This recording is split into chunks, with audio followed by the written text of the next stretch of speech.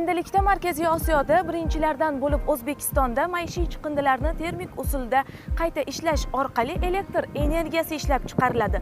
Bu borada davlatimiz rahbarining joriy yilning 24-mart kuni investitsion loyihalarni amalga oshirish to'g'risidagi chora-tadbirlari haqida tegishli qarorlari tasdiqlangan. Unga ko'ra, respublikamiz bo'ylab umumiy qiymati 933 million AQSh dollari miqdoridagi investitsiyalar jalb etilib, kuniga 10 ming tonna chiqindi yoqiladi va natijada 1,5 milliard kilovat soatdan ortiq elektr energiyasi ishlab chiqariladi va aholi qo'shimcha elektr manbai bilan ta'minlanadi.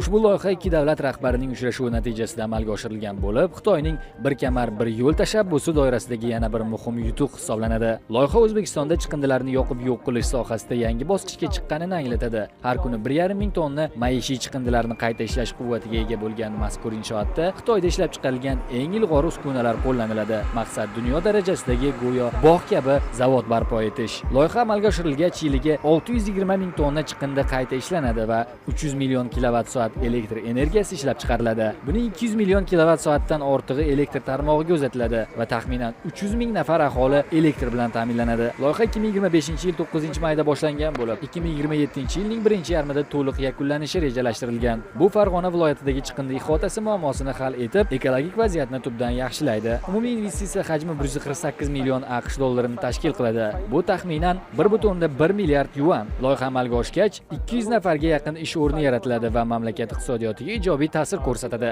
Bu loyiha nafaqat jamiyat uchun muhim foyda keltiradi, balki atrof muhitni muhofaza qilishga ham hissa qo'shadi. Shu bilan birga O'zbekistonda chiqindilarni boshqarish sohasida ilg'or xalqaro standartlarga mos zamonaviy tizim joriy etilmoqda. Mazkur loyihalar bilan respublikamizning Farg'ona, Andijon, Namangan, Qashqadaryo va Samarqand viloyatlarida chiqindi yoqish zavodlari qurilib, 2027-yilda foydalanishga topshirilishi rejalashtirilgan. Biz ayni paytda Farg'ona viloyatining Farg'ona tumani Oqbulol mahalla fuqarolar yig'ini hududida turibmiz. Mazkur hududdan ajratilgan 10 gektar yer maydonida ushbu chiqindi yoqish zavodi qurilish jarayonlariga start berildi. Ayni kunlarda chiqindi yoqish sohasidagi ko'lamli islohotlarning yorqin natijasi bo'lgan ushbu zavodlarning barchasiga tamal toshilar qo'yilib, qurilish jarayonlari qizg'in davom etmoqda.